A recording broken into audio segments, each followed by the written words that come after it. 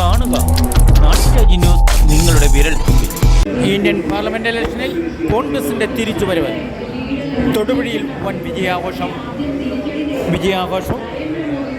CCTVയിൽ കണ്ടുകൊണ്ടിരിക്കുന്ന തൊടുപുഴ രാജീവ് ഭവനിൽ നിന്ന് പ്രവർത്തകർ ആഹ്ലാദത്തിലാണ്.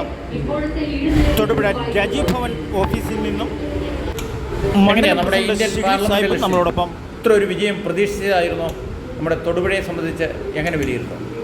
നിശ്ചയമായും ഭാരതത്തിൽ ഒരു മാറ്റം ഉണ്ടാകുമെന്നുള്ളത് ഞങ്ങൾക്ക് ഉറപ്പായി. രാഹുൽ ഗാന്ധിയുടെ നേതൃത്വത്തിൽ കഴിഞ്ഞ 2 വർഷമായി അക്ഷീണമായിട്ട് ഉള്ള അദ്ദേഹത്തിൻ്റെ പ്രവർത്തനം കോൺഗ്രസ് പ്രവർത്തകർക്കും ഇന്ത്യ സഖ്യത്തിനും വലിയ ഉണർവുണ്ടാക്കി.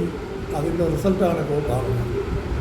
ഒരു ഇഞ്ചോടിഞ്ചുള്ള പോരാട്ടമാണെങ്കിൽ പോലും ഏറെ പ്രതീക്ഷ ഒരു ഗവൺമെൻറ് ഉണ്ടാക്കാൻ ഏറെ പ്രതീക്ഷ ഞങ്ങൾക്കുണ്ട്. അതിനുവേണ്ടി അഖിലേന്ത്യാ തലത്തിൽ പ്രയത്നിക്കുന്നുണ്ട് എന്നാണ് അറിയാൻ കഴിയുന്നത്.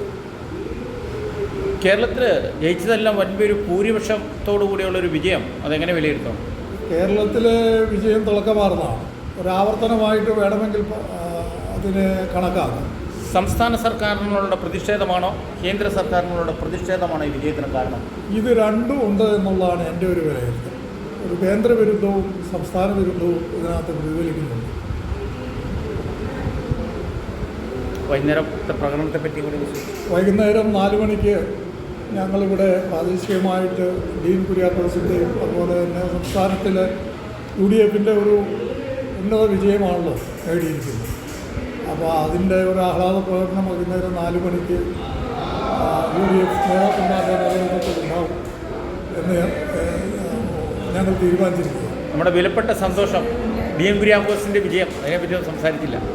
ഡീൻ കുര്യാക്കോസിന് ഞങ്ങൾ ഇടുക്കി എന്നും നെഞ്ചോട് ചേർത്ത് വെച്ചിരിക്കുന്നു. അതിനകത്ത് ഞങ്ങൾക്ക് ഒരാശങ്കയും ഉണ്ടായില്ല. അത് ഒരു ഇരട്ടി മധുരമായിട്ട് കഴിഞ്ഞ തവണത്തെ വിജയത്തിൻ്റെ അപ്പുറത്ത് അതിൻ്റെ മധുരം ഇരട്ടിയാണ്. ഭൂരിപക്ഷത്തിലുള്ള ചെറിയ വ്യത്യാസം ഉണ്ടെങ്കിൽ പോലും ഇടതുപക്ഷം, പ്രത്യേകിച്ച് CPM, അവർക്ക് ഒന്ന് വിജയിക്കണം എന്ന ആഗ്രഹത്തോടു കൂടി പല പ്രവർത്തനങ്ങളും അവർ നടത്തിയെങ്കിലും അവരൊക്കെ നിരാശപ്പെടുകയാണ് ഉണ്ടായത്.